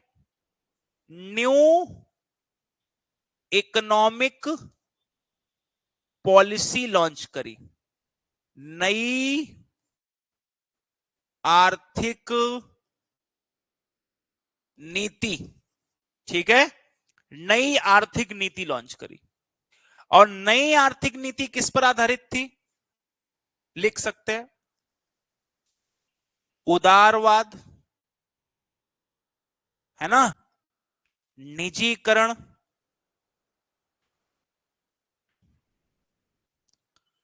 वैश्वीकरण, इसको लिख सकते हैं। किस पर आधारित है? लिखिए, लिबरलाइजेशन पर। ठीक है जी, प्राइवेटाइजेशन पर। और किस पर, जल्दी से बताओ? वैश्वीकरण मतलब ग्लोबलाइजेशन पर। ठीक है सर, ये कोर्स में मेंस पीवाई की क्वेश्चन का सॉल्यूशन भी करवाएंगे, सब करवाएंगे, टेंशन क्यों ले रहे हो भाई। हाँ, अभी तो इंट्रोडक्शन क्लास है, जस्ट एक आइडिया ले रहे हैं। We are just taking a rough idea about the कि how the Indian economy goes on. ठीक है ना, कैसे वो धीरे धीरे चली। अब ये जो मैंने लिखा है ना, इससे आपको बहुत अंदाजा लगेगा। अब मैं इसको लिंक करके बताऊंगा तो आपको अभी समझ में आ जाएगा। अब इतना हमने लिख लिया कि 1950 से 1951 के दरमियान सरकारी तंत्र बढ़ा, तो सरकार को बहुत फायदा नहीं, बल्कि कंपनियां नुकसान करके घाटे में चली। इसीलिए 1991 के बाद अर्थव्यवस्था को ओपन कर दिया गया, यानी कि खोल दिया गया। ठीक है, अब हमने अर्थव्यवस्था को खोल दिया। क्या किया? सरकारी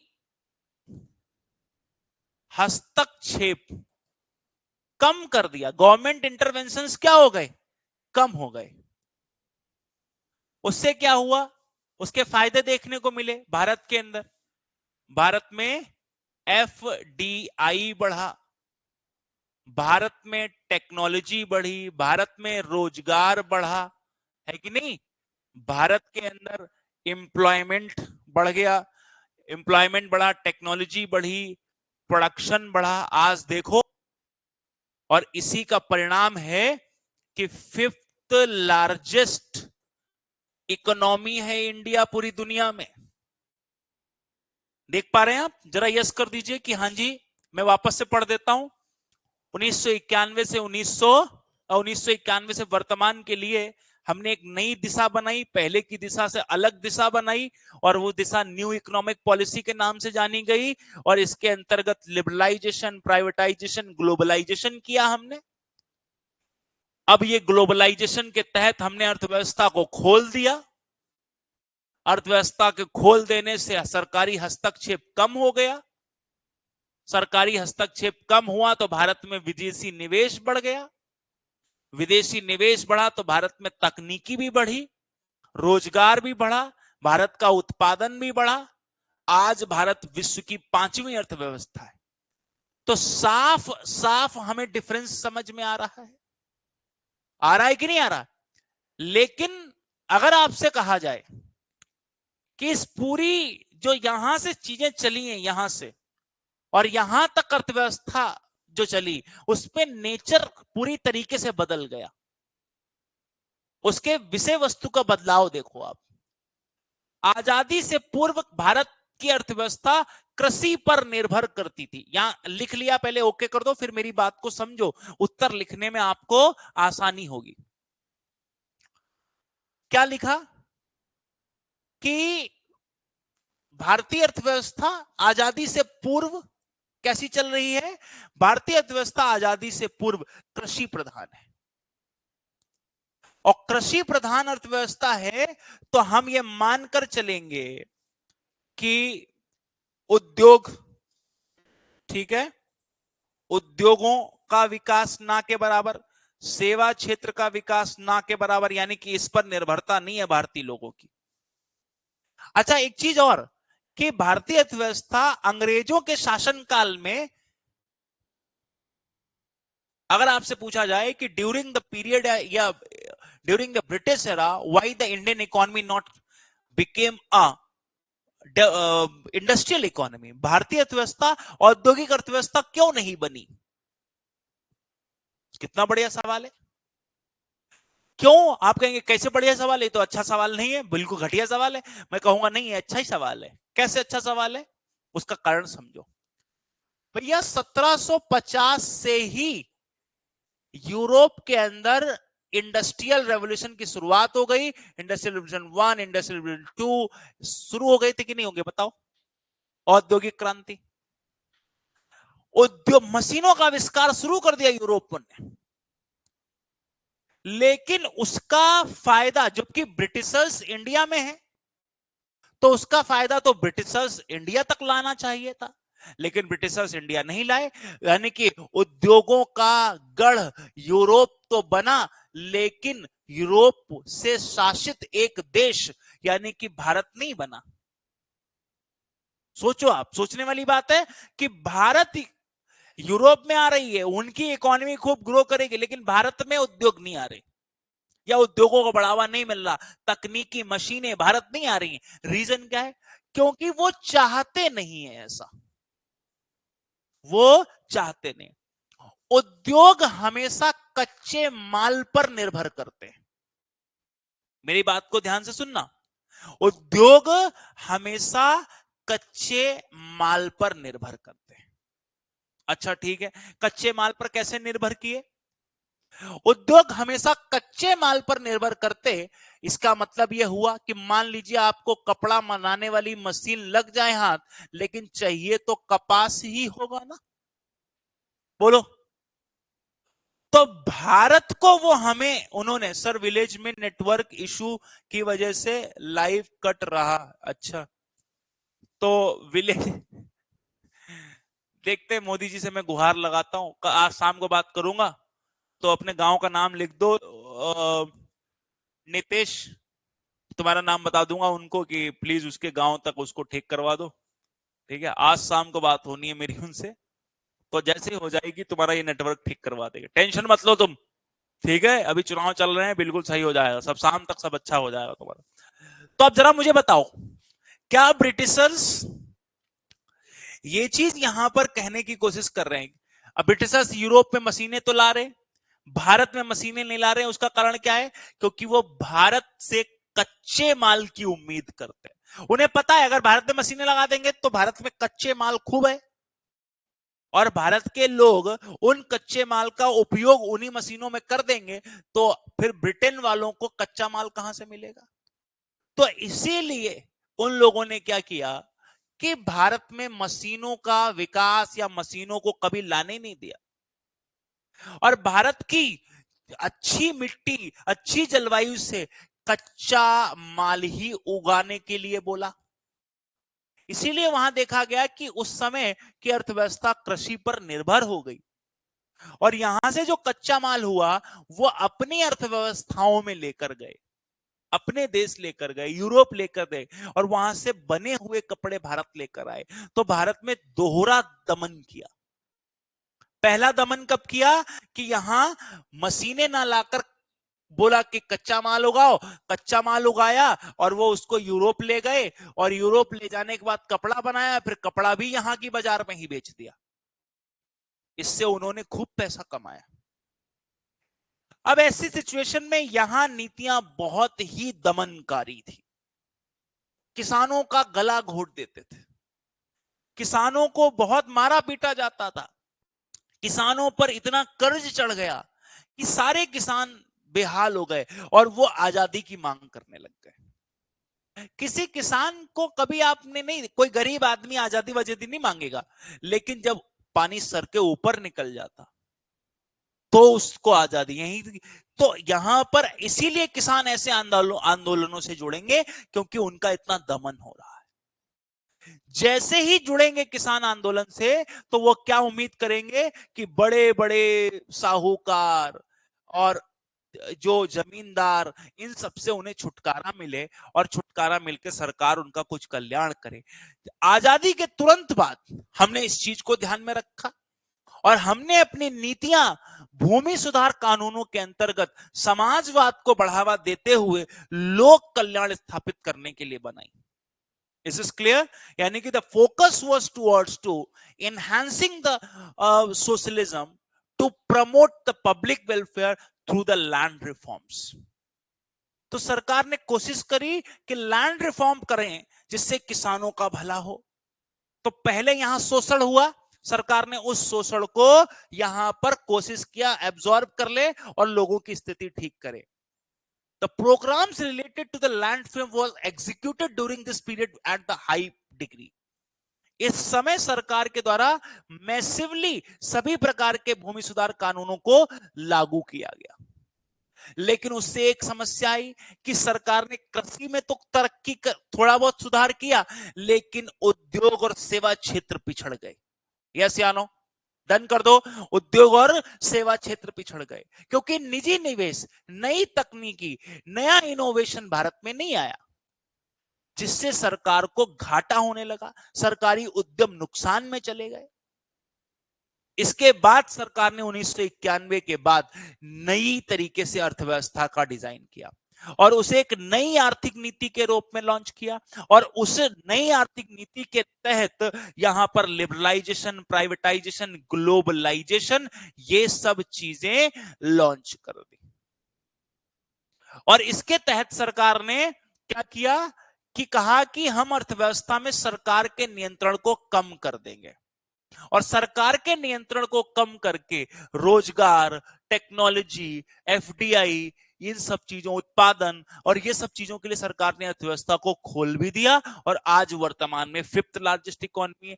एक बार सभी लोग डन कर दो बेटा फटाफट जल्दी से, ठीक है? कि हमें एक स्ट्रक्चर समझ में आ गया कि यहां शोषण, यहां थोड़ा बचाव, और फिर यहां अर्थव्यवस्था को गति इस हिस्से में, ठीक है? तो आपने स्टेप बाय स्टेप देख लिया। आजादी से पूर्व शोषण हो रहा है, सरकार फिर अर्थव्यवस्था नियंत्रण में ले रही है, और फिर सरकार अर्थव्यवस्था को धक्का देके पुश कर रही है और आगे की तरफ निकल कर ले जा रही है। ठीक है? कोई दिक्कत नहीं यहां तक किसी को? ठीक, उम्मीद करते हैं एक हमने आइडिया डेवलप कर लिया। अब कल से हम इसी व्यवस्था से शुरू करेंगे, लैंड सेटलमेंट वगैरह से, ठीक है? यहां तक किसी को कोई समस्या हो, कोई डाउट हो, तो कोई प्रश्न हो तो पूछ ले मुझसे जल्दी से, और अन्यथा हम कल मिलेंगे और कल से आपको एक प्रॉपर प्रश्न डेली दिया जाएगा, ठीक है? डन कर दो सभी बच्चे, फटाफट ओके कर दो, जिससे कि चला जाए, आप भी ब्रेकफास्ट करें, मैं भी ब्रेकफास्ट करूं, और पूरे दिन की दिनचर्या आगे शुरू हो जाए, है ना। How was the class? Class आपको ठीक लगी, समझ आया? कोई दिक्कत, कोई समस्या हो तो बताइए, और कमेंट करना सीखो थोड़ा, है कि नहीं? हाँ, जनरली नहीं सीखना है कि किसी पे भी कमेंट कर दो, मतलब क्लास में कमेंट करना सीखो। कमेंट इन द सेंस कि आप बताओ उसमें, ठीक है। हाँ, कल हम पक्का, कल से शुरू करेंगे, आज तो एक ओवर इंट्रोडक्शन था, कल से प्रॉपर टॉपिक शुरू होगा, और 8 बजे हमारे साथ बने रहना, ठीक है जी। तब तक के लिए जय हिंद, जय भारत, जय हिंद एवरीवन, और कल फिर मिलेंगे इसी समय, और टाइम से आ जाना है 8 बजे सबका। Okay, okay, thank you so much. Science and technology का टीचर नाम क्या है? टीचर का नाम है अमित सर, ठीक है। एंड बहुत ही अच्छा रहा, ओके ग्रेट, ठीक है। Okay, thank you. तो we will get you by tomorrow, thank you so much, have a great day, see you tomorrow, thank you so much, bye bye.